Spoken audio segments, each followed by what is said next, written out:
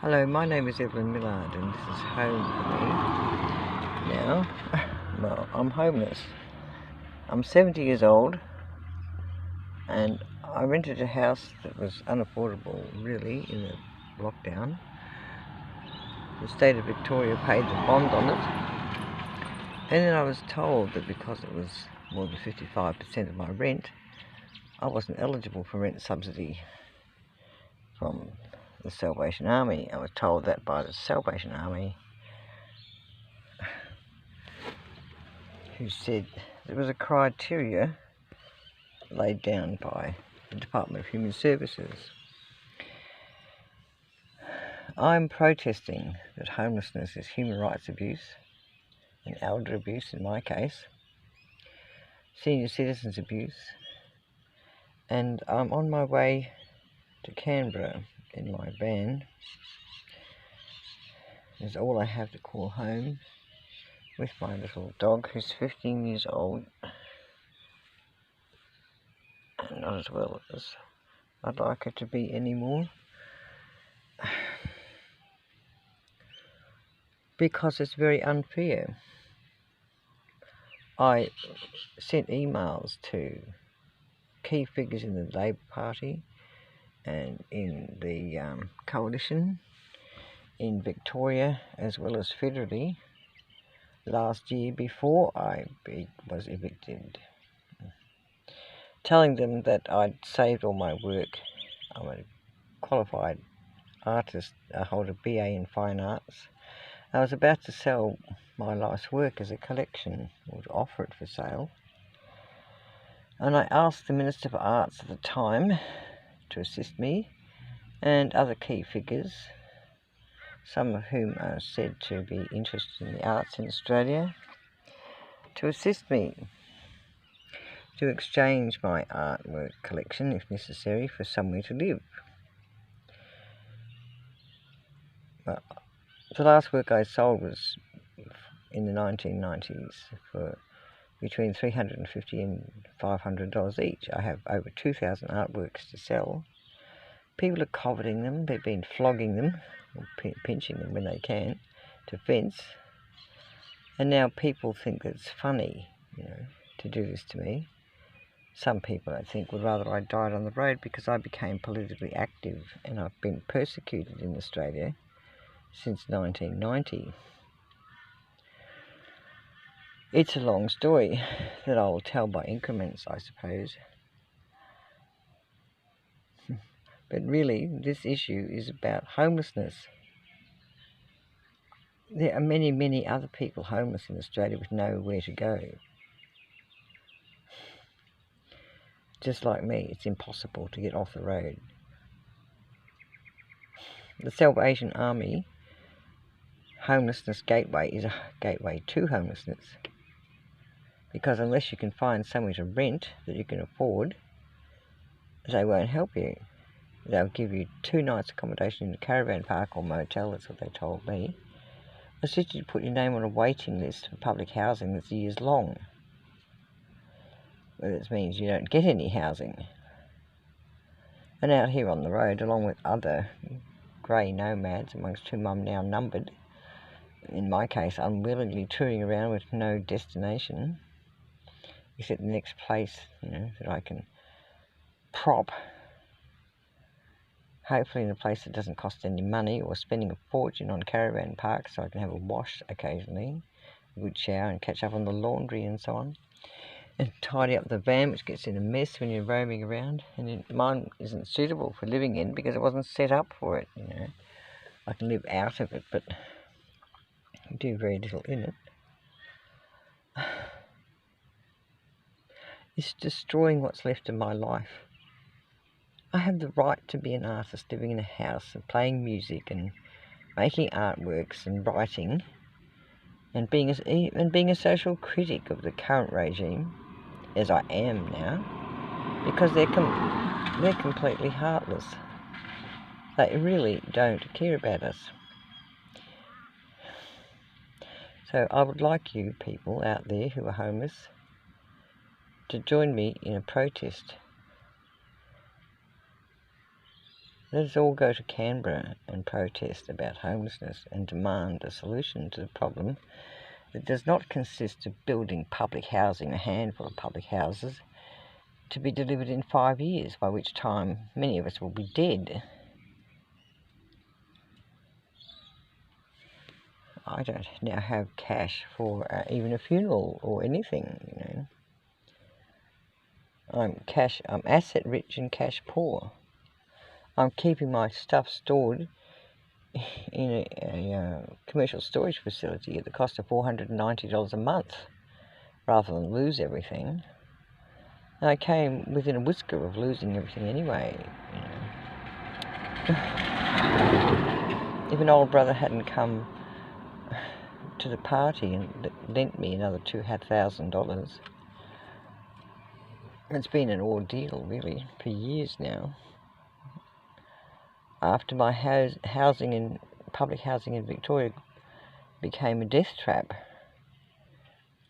due to social conditions that changed around me.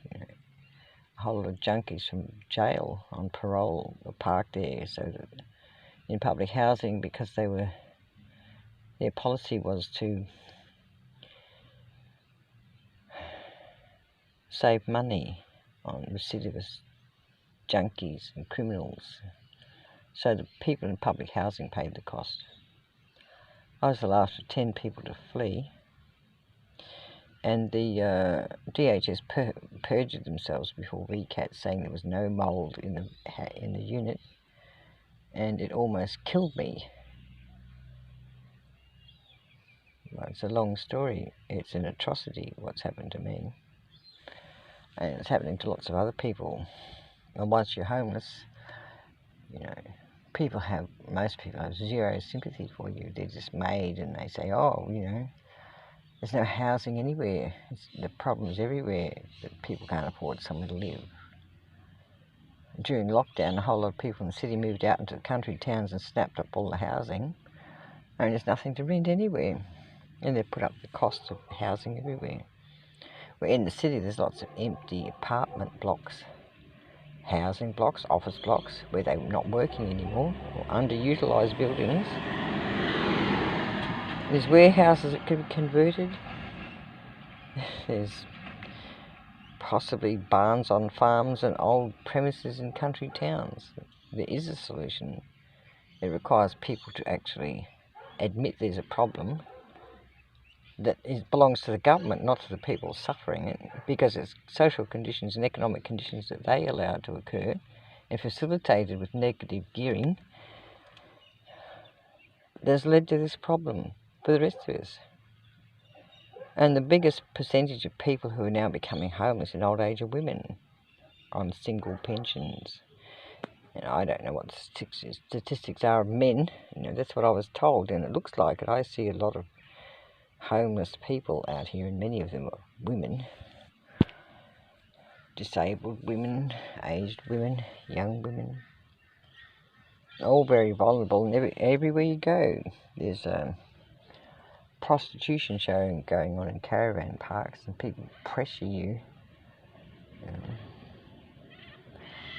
Even old people, people are desperate.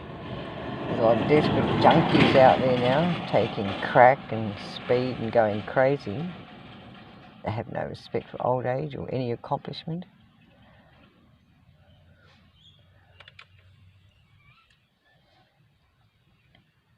I used to be a business proprietor, employing 5 people. I lost my health in the recession due to the onset of chronic fatigue syndrome that then became autoimmune disease. And I saved all my work as my form of super because I couldn't earn super. I lost my ability to participate as an executive in the workforce, and as I knew that my work would accumulate in value, and I do think I am a good artist, it's a capable one, and my work is unique because I made it outside the gallery system. It doesn't hark after someone else's work or someone overseas or something. It's Australian art, I'm from a working class family. I worked my guts out. From a home in which we didn't have a book practically, to become a first class English honours student and to get high praise for my work in postgraduate study, or in Aboriginal history and culture as it was. You know.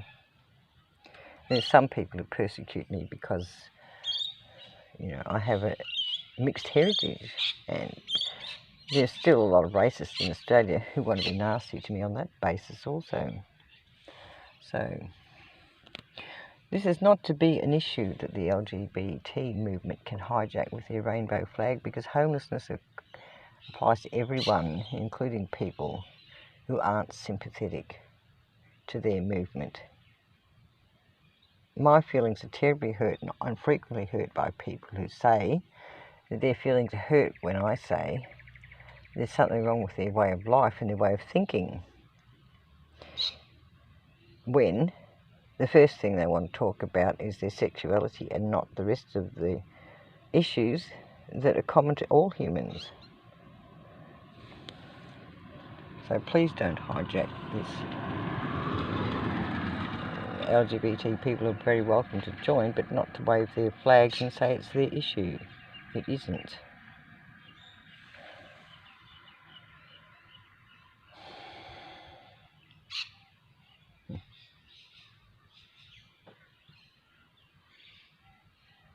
And they're silencing people. Some of the people who have refused me to assist me have been in that category of self-interested people.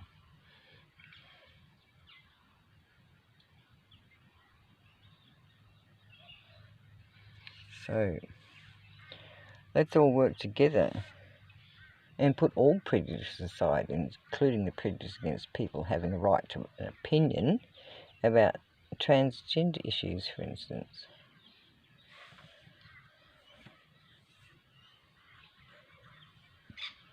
It's the ordinary old Australians who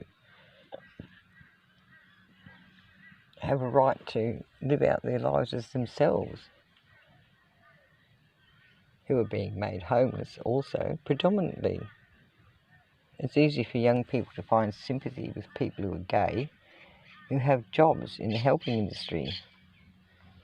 But there's almost zero help or sympathy for someone my age. Anyway, that's the way it is. That's how I see it.